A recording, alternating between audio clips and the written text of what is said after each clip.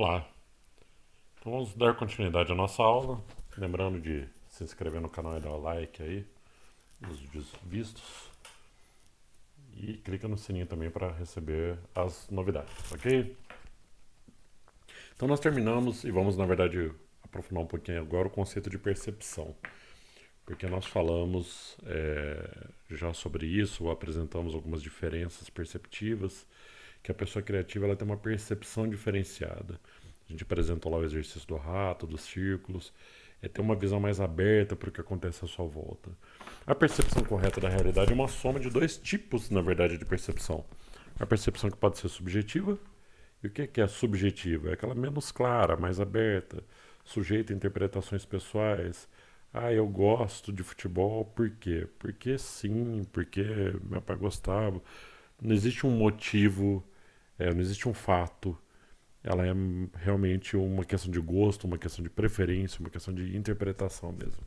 A percepção objetiva é aquela derivada da busca por fatos. Então, quando você busca uma informação e tem dados sobre ela. Vamos mostrar isso na prática um pouco através de algumas imagens para vocês. Então vamos lá. Antes de mais nada, essa primeira imagem. Eu quero que você olhe e fale. Vamos lá, em voz alta. Quero saber quantos triângulos você vê nessa imagem. Já ouvi números dos mais variados, hein? E aí, quantos são? Tá vendo dois? Será que você está vendo seis, oito? Quantos triângulos nessa imagem? Olha só, eu vou voltar aqui para a tela completa. Ahn, opa.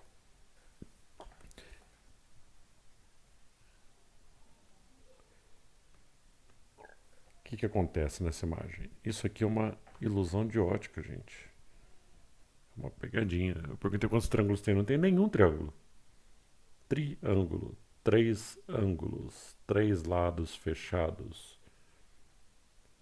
Não tem nenhum na imagem. Nós temos três quinas. Ok? E três Pac-Mans aqui no canto. Tá? Que dão a ilusão de ter dois triângulos sobrepostos. Mas na verdade é o seu cérebro que completa a imagem. Não tem um triângulo aqui, aqui e aqui. É o cérebro que está completando essa imagem com uma linha que não existe. Não tem nenhum triângulo nessa imagem. E a gente olha para a mesma imagem, cada um vê coisas diferentes, defende seu ponto de vista. Deve ter gente aí brigando que viu dois, que viu oito, que viu. Já vi gente falando que viu 21 triângulos aqui. Não tem nenhum triângulo nessa imagem. Tem a ilusão de dois triângulos sobrepostos. Tá? E se passa a impressão de que se tem mais. Vamos lá para a próxima tela. Essa aqui viralizou, hein? O WhatsApp. Essa aqui teve vários. Se espalhou muito pela internet, uns por volta de 2016, 17 mais ou menos, né? E até hoje eu olho isso e não me conformo. Vamos lá, quero ver de vocês. Qual é a cor do vestido? Você tá olhando e tá vendo qual cor? Será branco dourado? Quem é branco dourado? Ou será que você está vendo azul e preto? Quem que está vendo azul e preto? Ou talvez até outra cor, roxo, marrom. Já passei essa imagem em várias salas, várias turmas, com bastante gente assistindo, e já ouvi respostas das mais variadas. Já vi sala quase inteira vendo a mesma cor, já vi sala bem dividida, meio a meio, vendo branco dourado ou azul e preto. E qual que é a cor verdadeira? Mais uma vez, né? A cor verdadeira, esse vestido, ele foi tirado numa... até os cientistas e oftalmologistas tentam estudar e entender o que aconteceu aí. Mas acredita-se que essa cor causa uma certa confusão mental dependendo da posição que ela sai, dependendo da pessoa que olha, não se sabe bem porquê. Acredita-se que a pessoa pode ter alguma falha na visão que vê a cor errada. Mas ela surgiu porque uma amiga foi mostrar foto para outra. Falou: olha, o vestido que eu comprei é azul e preto. A outra falou: mas não é azul, é branco e dourado. E uma foi passando para outra. E viralizou na internet. A cor verdadeira do vestido, em outra foto, se jogar no Google, vocês vão ver a cor do vestido, vocês vão ver que ele é azul e preto. E ainda assim, muita gente olha, defende. Eu, particularmente, até hoje, eu tô olhando para ele agora aqui, vendo branco e dourado. E ainda assim, eu sabendo que ele é preto e azul, eu ainda, minha mente ainda enxerga branco e dourado. Como que a gente pode debater, falar para as pessoas que a minha ideia é certa, que a minha visão é certa, meu posicionamento é certo, e não aceitar a ideia dos outros, que é a base da criatividade?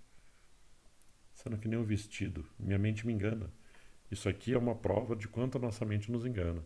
Se você vê a cor certa, ótimo. Mas acredite, muita gente que está assistindo em casa agora está vendo uma cor diferente da sua. Mais recentemente tivemos um que engana talvez mais ainda. É a do tênis. Esse tênis, que cor que você vê? Cinza e verde? Ou rosa e branco?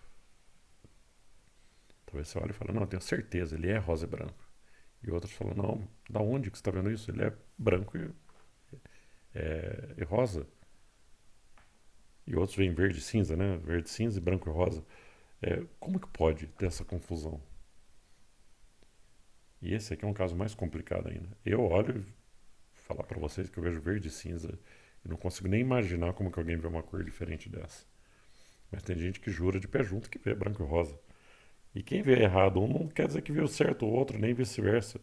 Tem gente que vê branco e dourado lá e verde e cinza aqui. Outros veem branco e dourado lá, mas vê esse aqui rosa e branco. Outros veem azul e preto lá e esse aqui das duas opções também, né? E esse é mais complicado de explicar, porque se você jogar esse modelo de tênis no Google para comprar, vai aparecer uma foto de lado do tênis na prateleira, branco e rosa. Mas se você extrair as cores dessa foto com aplicativos como Photoshop, você vai perceber que ele é cinza e verde. Tá? Então esse é mais complicado, não tem uma resposta certa. E mais uma vez, como que eu posso defender meu ponto de vista? Como que eu posso falar que minha percepção é certa, a dos outros é errada, minha opinião está certa, a opinião dos outros está errada, sendo que a nossa mente nos engana? Eu gosto de passar essas telas de percepção, mas para discutir, né? Porque a gente fala a importância da percepção na criatividade. E o problema é que nós somos muito aferrados à nossa percepção. A gente defende ela com unhas e dentes, é porque eu estou vendo, e não aceita o ponto de vista dos outros. Não aceita que as pessoas podem olhar para a mesma coisa que eu vejo, ver coisas diferentes e estarem certas também. Pode estar certo ela, está certo eu, pode ela estar certo e eu errado. Eu posso estar certo, os outros errados, e está tudo bem com isso. Mas esse é um dos pontos principais da criatividade. Trabalhar a percepção. Entender que nem sempre o que você vê está correto. Nossos sentidos nos enganam. Seja a audição, seja a visão, seja o paladar, o olfato e até o tato. A gente é, jura de pé juntos que está vendo determinada situação e às vezes é alguma coisa de passagem, alguma coisa rápida, com o canto do olho. Então é importante trabalhar e abrir a percepção. É importante ter essa mente aberta para aceitar outras realidades, aceitar outras verdades, porque essa é uma das bases importantes para a criatividade. A percepção tem a ver, então, ela é algo, outro prato da balança aí em relação à racionalidade, né? O que influencia a percepção? Por que eu vejo as coisas diferente dos outros? Não só uma visão como essa, mas por que eu enxergo a situação diferente dos outros? Por que eu tenho uma percepção política, uma inclinação política diferente dos meus colegas? Por que eu tenho uma percepção religiosa da sociedade, do que é certo, do que é errado, crenças, valores diferentes dos outros? Bem, nós atribuímos a 4 tipos de vivências, né? 4 tipos de percepções diferentes. Primeiro, percepção seletiva. Eu tenho uma tendência a ver aquilo que eu gosto. Me chama mais atenção, eu procuro, se destaca para mim na multidão aquilo que para mim é interessante, aquilo que eu gosto. Segundo, é a percepção relacionada às experiências prévias. Tudo aquilo que eu já vivenciei. Então também tenho tendência a ver, a destacar, enxergar algo relacionado àquilo que já foi a minha realidade. Experiências que eu já tive. Outro fator é o condicionamento, aquilo que me foi ensinado, aquilo que me passaram, que pode não ser verdadeiro, às vezes era conforme a visão da pessoa que me passou. E eu fico condicionado. E eu crio crenças, paradigmas. Eu acho que se sair na chuva eu vou ficar resfriado, porque me falaram, mas não necessariamente isso é verdade. Então são condicionamentos que a gente leva para a vida inteira. Por fim, outro fator é fatores situacionais. Situacionais. O momento em que eu estou vivendo. Se eu estou vivendo um determinado momento, eu tenho uma tendência também a perceber determinadas situações ou coisas. Mulheres que estão grávidas, quando saem na rua, vem um monte de mulher grávida. Vem anúncio só de gravidez. Abre o jornal e parece que só tem anúncio de hipoglós, fralda. Na verdade, a situação que a gente vive faz com que aqueles fatores se destaquem para a gente. Hoje isso é até comprovado pela neurociência. O nosso cérebro produz uma substância que faz com que aquilo que nos interessa se destaque. Quando você está querendo comprar um carro ou acaba de comprar um carro, você sai na rua e vê um monte de veículo parecido. Você vê várias propagandas na TV. Elas sempre estiveram lá, só que a gente não percebia, mas de repente passa a chamar a nossa atenção. Tudo isso leva àquele fator tão importante que a gente vem trabalhando desde o começo, que é o autoconhecimento. E a gente vai trabalhar isso sempre através de alguns testes e dinâmicas para aprofundar. Porque quanto maior meu autoconhecimento, quanto mais eu saber o que me move, como eu funciono, de que forma esses 4 fatores aí trabalham na minha percepção, mais eu vou poder ampliar a minha percepção e trabalhar melhor minha criatividade, desenvolver mais meu espectro criativo. Então é preciso desenvolver o autoconhecimento. A percepção também, às vezes, pode nos enganar e criar um fenômeno chamado de pareidolia. E o que é pareidolia? Bem, de certa forma vocês já passaram por isso agora há pouco, passaram quando viram outros, aquele exemplo do rato no primeiro módulo nosso. Pareidolia é quando eu olho para algo e enxergo uma imagem ou ouço um som que não existe. Quando alguém olha para uma nuvem e vê um formato de cachorro, aquilo não é um desenho de cachorro, aquilo é uma nuvem. Mas o nosso cérebro interpreta aquilo conforme a nossa realidade, conforme esses 4 fatores que a gente acabou de falar. E é capaz de eu olhar para a nuvem e ver um cachorro, e o amigo meu olhar para a mesma nuvem e de repente ver um gato, um cavalo, um carro, algo totalmente diferente. Então, quando a gente atribui sentido a isso, a pareidolia, normalmente, segundo alguns estudos, ela é mais comum e presente, sofre mais de pareidolia, as pessoas veem coisas que não estão lá, pessoas que têm mais propensão a crenças, mais facilidade de desenvolver fortes crenças, inclusive crenças religiosas. É comum, né? Nos últimos anos teve casos aí de pessoas vendendo, inclusive, a imagem de Jesus Cristo numa torrada, numa porta de madeira. Teve aquele caso muitos anos atrás do Gugu, que tinha a santa na janela, e era só uma mancha na janela. Mas muita gente olhava e via uma imagem de uma santa e teve peregrinações, gente fazendo excursão, gastando dinheiro, indo lá para olhar para uma janela com uma mancha, porque enxergava nela uma figura de uma santa. Então isso é pareidolia. Aqui tem um exemplo. Ó. Uma nuvem, você vai olhar, você vai ver um formato aqui.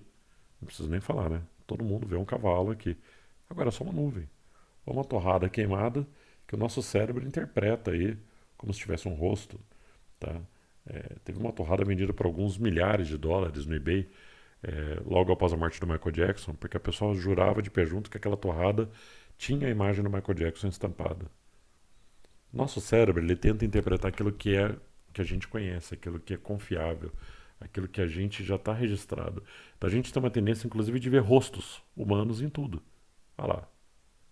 Cada uma dessas imagens aqui certamente não foi projetado com essa intenção. Isso é uma tomada. E a gente vê um rosto, né? Você olha para um café com uma marca normal do café desmanchando, da, da espuminha dele desmanchando e formando um rosto. Uma máquina de lavar, com uma roupa para fora, parece que ela está com a língua para fora. Tá? Olha lá, são vários rostos e é só uma torneira, uma máquina de ticket. Nossos cérebro, ele enxerga rosto em tudo. Se olhar um Fusca de frente, parece que ele está sorrindo para você. Se olhar para uma tomada, parece que tem um rosto. E são apenas pareidolias. Nosso cérebro pregando peça na gente. Tomem cuidado com pareidolias. Muito do que a gente tem de percepção, de crenças, de coisas que a gente enxerga, de coisas que a gente ouve, de cheiros que a gente sente, são muitas vezes nosso cérebro apenas dando uma informação para a gente daquilo que é mais confortável, daquilo que a gente conhece.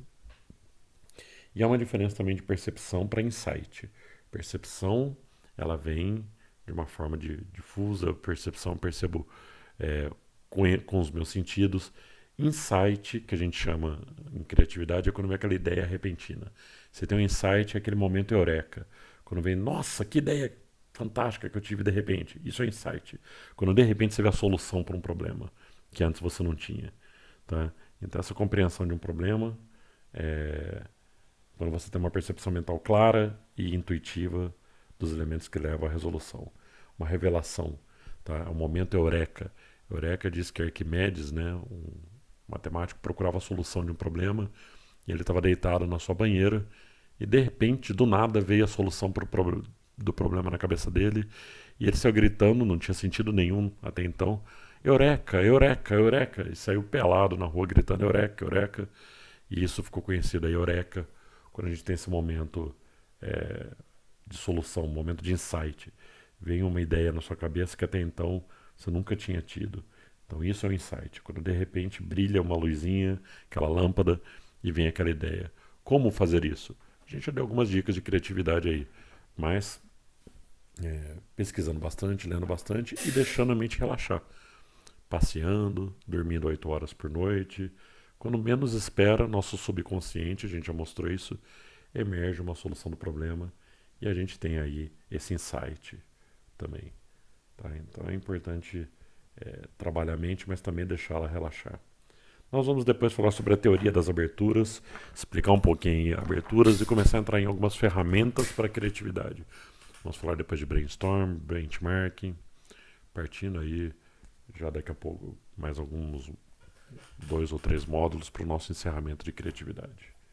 É isso, até a próxima.